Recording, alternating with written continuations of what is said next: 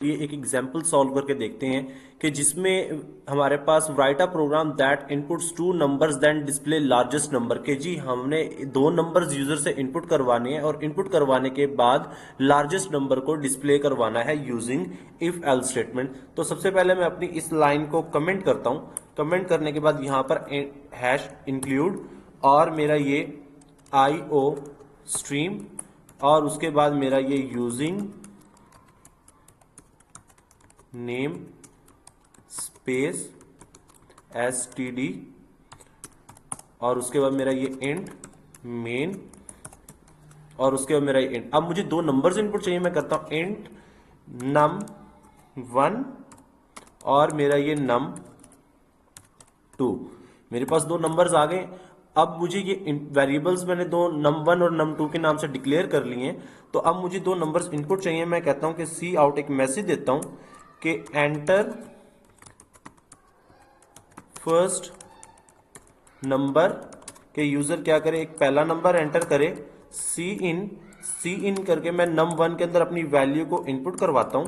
उसके बाद मैं अगेन दूसरे नंबर के लिए मैसेज देता हूं कि सी आउट एंटर सेकेंड नंबर और उसके बाद मेरा ये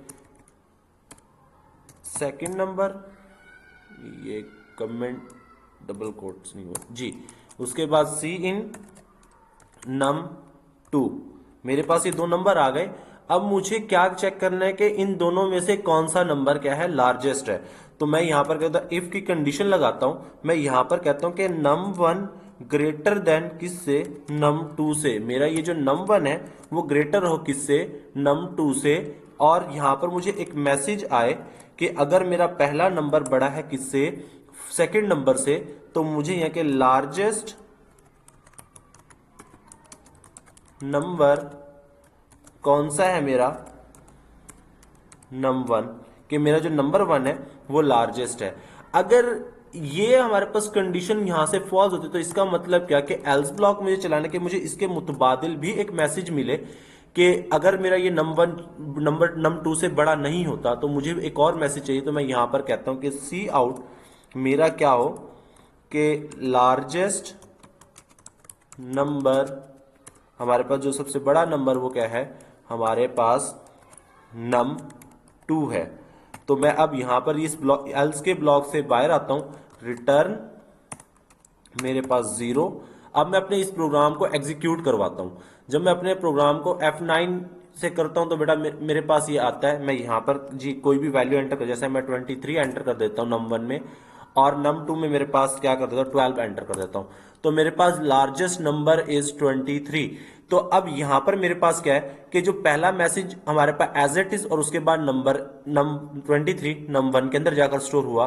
तो मेरे पास सेकंड मैसेज num2 के लिए, तो num2 मैंने क्या कर दिया, 12 कर दिया।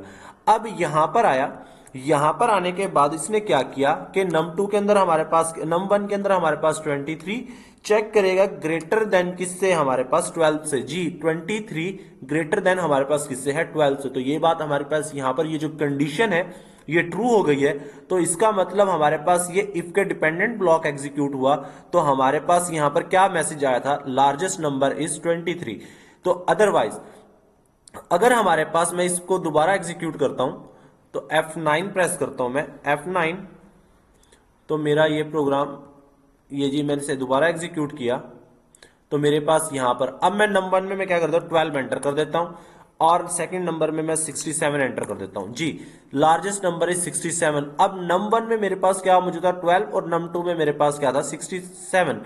तो यहां पर अब जी 12 हमारे पास ग्रेटर है 67 से। तो ये हमारे पास जो कंडीशन है ये क्या हो गई है, फॉल्स, यानी कि इफ वाली कंडीशन हमारे पास फॉल्स हो चुकी है। तो इसका मतलब ये इफ का ब्लॉक हमारे पास क्या हो जाएगा, स्किप, और एल्स का ब्लॉक अपने आप को एग्जीक्यूट करवाएगा। तो लार्जेस्ट नंबर इज हमारे पास num2।